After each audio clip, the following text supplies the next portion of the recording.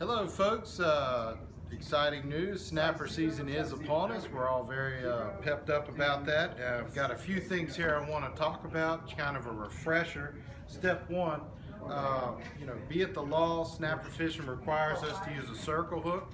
So we want to remember that we're going to snell this circle hook real quick. You always go in the throat of the hook as such. As soon as I get it there, pull a little bit out.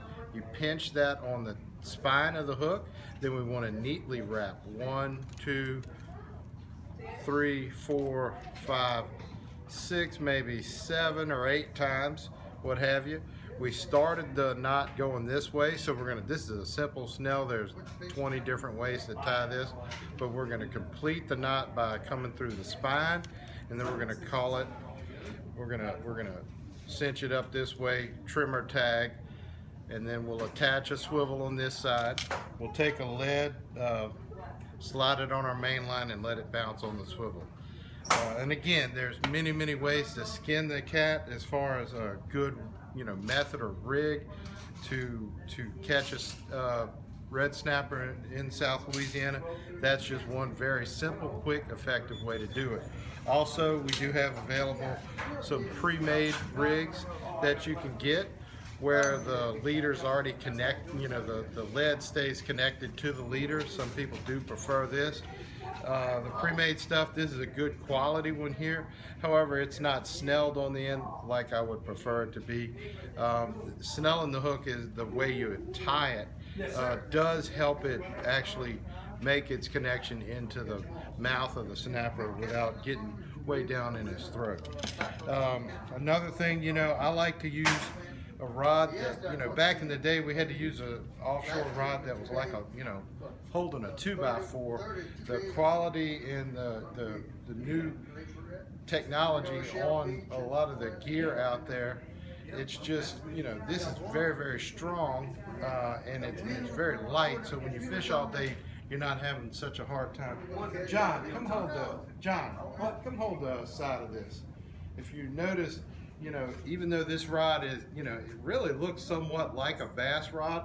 If you'll just go ahead and load up, you can see I'm putting a good, I guess, 12, 15 pounds of pressure on this rod, and it has no problem. This rod originally was developed, a butterfly rod by Shimano, a Trevally, to jig up a butterfly jig for yellowfin or blackfin tuna. So without a doubt, we shouldn't have a problem with a snapper. Again, we have a full load of lead here. There's all different sizes. I keep it open in buckets, everything ready to go. Another thing to keep in mind when you're snapper fishing, something a lot of the boats now have electronics on there where you're showing not only your depth, but you're marking fish, and your fish finders, the quality and the ability to see, and a beautiful screen. You're marking fish at 60, 70 feet. I guarantee if I drop this down, to 70 feet, I'm going to really, very quickly get a strike. So a line counter is something I really do appreciate when I am snapper fishing or bottom fishing, reef fishing this day and age. Last but not least, something that has, over the last 10 years, so much more of the braided line. Again, a lot of this is a refresher for a lot of folks. The braided line, this being an 80-pound test, thickness of 18-pound mono equivalent.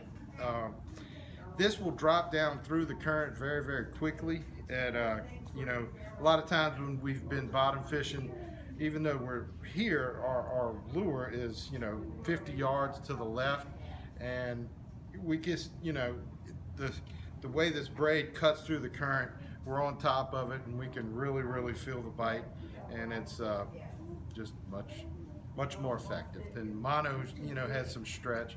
This is just a lot more helpful. Well, thank you guys. I hope some of these refreshers kind of gets things kicked off, and enjoy.